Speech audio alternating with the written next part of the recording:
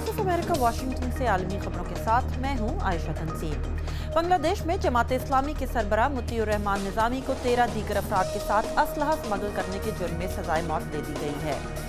मिस्र की अदालत ने अल जजीरा के सहाफ़ी पीटर ग्रेस्टे की हिरासत के खिलाफ अपील मुस्तरद कर दी है। अल जजीरा के लिए काम करने वाले 20 सहाफ़ियों पर मिस्र में मुकदमे चलाए जा रहे हैं। उन पर इल्ज़ाम है कि उन्होंने एक दहशतगर्द गिरोह की मदद की और मिस्र में खाना जंगी की झूठी तस्वीर दिखाई, क्योंकि मिस्र साबिक़ सदर मोहम्मद मुर्सी की जमात इख्वानुल मुस्लिमून को एक दहशतगर्द गिरोह करार दे चुका है। यूक्रेन में मुजाहिरीन ने पार्लियामान में पास किए गए आम माफी के बिल को मुस्तरद कर दिया है। अपोजिशन का कहना है कि इस बिल में उनकी शिकायत दूर नहीं की गई। और जापान में गुड़ियां बनाने वाली एक कंपनी ने अपने नए गुड्डे और गुड़ियों को दुनिया की मारूफ शख्सियात की शक्ल दे दी है। ये थी आलमी खबरें वॉइस ऑफ अमेरिका वाशिंगटन से। मजीद खबरों के लिए देखिए urdu voa.com।